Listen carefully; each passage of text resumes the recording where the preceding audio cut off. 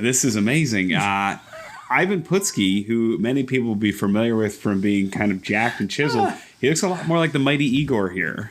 It might have been. They might have put the wrong picture.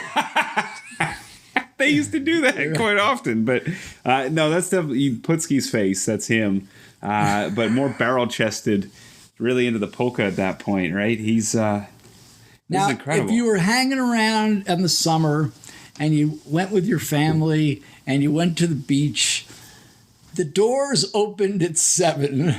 But the first match was 8:30, so you could just sort of stand around or sit there. And this was an era where they probably didn't even have any merchandise. Right. And there were no like autograph tables. No. So you just sort of hung out, got in the ambience. Maybe had a good... wrestling in Wildwood. Amazing. Do you know the first wrestling event I ever went to was near Wildwood? It wasn't in Wildwood. Okay. Was it Atlantic City? It was Cape May Courthouse, which is not Cape May. Okay. But a separate kind of smaller town. Jim Cornette was there. He was managing the Heavenly Bodies when it was Stan Lane and Tom Pritchard. And then the Lightning Kid was there. Jerry Lynn was there. You must have been on summer vacation. I was, yeah, in either 91 or 92. And to this day, I've asked Jim Cornette about it. I've asked Sean Waltman about it. They don't remember being there. So it's this, we have photos of it. We have memories of it. And nobody remembers it happening. What did they draw? It was a good turnout. Yeah, it was a good turnout. The Sandman was there when he was in his wetsuit. He faced the great crybaby Waldo. So this is pre-ECW. Pre-ECW. This was some conglomeration of the Larry Sharp, Joel Goodhart. It had people from what would become ECW, what would become Joel Goodhart, and all of the local guys, plus Jim Cornette and the... Did Crybaby Waldo...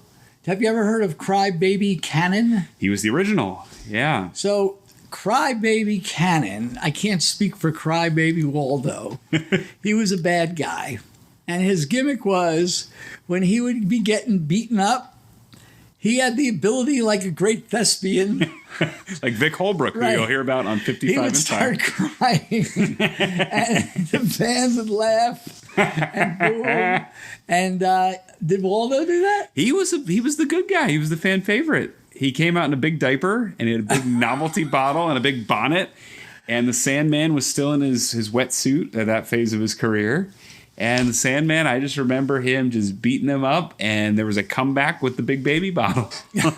And that was the finish. I never heard I wonder if Crybaby Waldo is going to come up in the 55 and 5 Parkhurst set, because that baffles me.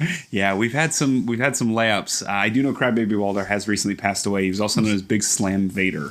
And so he passed away recently. So our condolences to the Waldo family. But the 55 and 5 set, we've had some nice ones, some recognizable ones. Vern Gagne came up on day 1. Today, Argentina Rocca came up on Christmas Day here. That was a nice treat. But, Carrie, I regret to inform you that it only gets tougher from here. We're 5 in, 116 to go.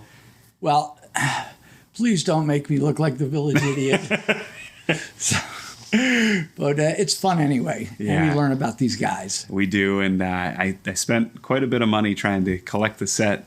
I've completed it in one fell swoop, and we're learning about them because to a degree, I mean, you have these names, you have this history, you might as well figure out what you have and what you're buying, right? Well, now you have them all, and Ian was nice enough to give me some doubles. Oh. And I appreciate that. The least I can do, and we're having a lot of fun with that. Well...